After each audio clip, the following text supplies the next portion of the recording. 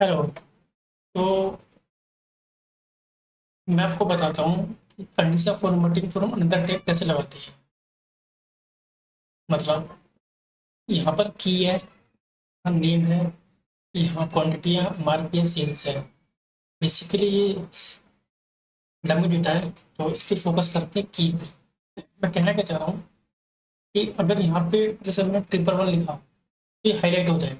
क्यों हाईलाइट हो जाए? क्योंकि ये वैल्यू ऑलरेडी यहाँ पे है, यानी इस वाले ए कॉलम में है। 129 तक जो है ये हाईलाइट हो जाएगा।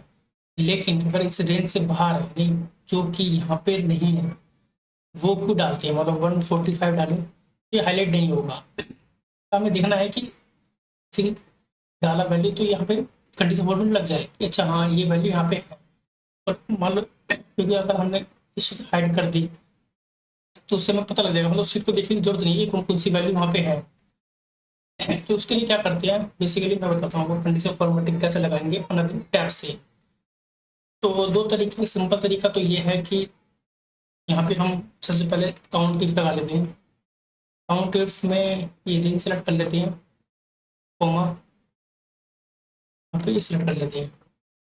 हम कंडीशन फॉर्मेटिंग में जाएंगे,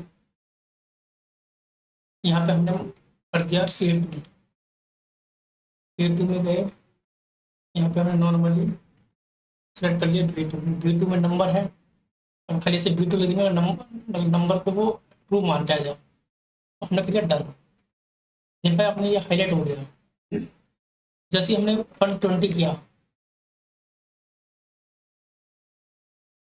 सॉरी हाँ 120 यहाँ पे है, ये हाईलाइटेड है। 145 किया, ये हाईलाइट नहीं है, यहाँ फॉल्स हो गया और ये हाईलाइट नहीं हुआ। कंडीशन फॉर में ट्रू एंड फॉल्स में वर्क करती है।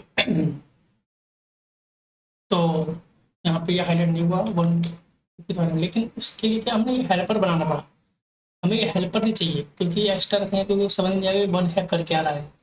मतलब अगर लेमैन पर्सन को समझ नहीं आएगा कि वन कर क्या रहा है, ठीक है। तो इसको हमें यहाँ से हटाना है, ये हेल्पर फंक्शन को नहीं रखना है हमें। उसके लिए हम क्या करते हैं, क्यों ना हम इस वाले फॉर्मूले को डायरेक्ट अगर इसमें डालें हम, सॉरी इस वाले फंक्शन को कॉपी करते हैं हम और इसके अंदर डालेंगे, तो क्या ये लेगा? ट्राई करते हैं। नहीं, सिमिलर इनवैलिड फार्मूला। क्यों? माइक्रोसॉफ्ट एक्सेल में तो काम करता है, लेकिन गूगल शीट में ये इसका बिहेवियर थोड़ा अलग है। वो यहाँ पे फॉर्मूला मान ही नहीं रहा कि यहाँ पे सोर्स को ये कुछ मान ही नहीं रहा, मतलब रेंज मान ही नहीं रहा। तो उसके लिए एक तरीका है, मैं बताता हूँ। तो कहते हैं इनडायरेक्ट। हम क्या करेंगे, इसको हम इनडायरेक्ट में डेटा दे देंगे इसको, और यहाँ पे कर देंगे इनडायरेक्ट। ठीक है। अब इस फॉर्मूले को हम क्या करेंगे,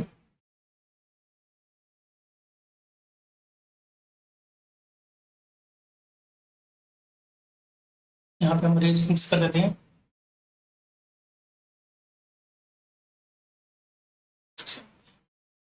डन। अब हमें इसकी जरूरत नहीं है, इसको हम उठा सकते हैं। अब हम देखेंगे वन वन इसमें है, इस वाली रेंज में है 130, 130 नहीं है, तो हमें पता चल जाएगा कि अच्छा ये तो नंबर उसमें है ही नहीं। और जो जो नंबर उसके अंदर होंगे तो वो हाईलाइट हो जाएंगे। तो बेसिकली ये है पूरा लॉजिक। आई होप आपको समझ में आया होगा। Thank you.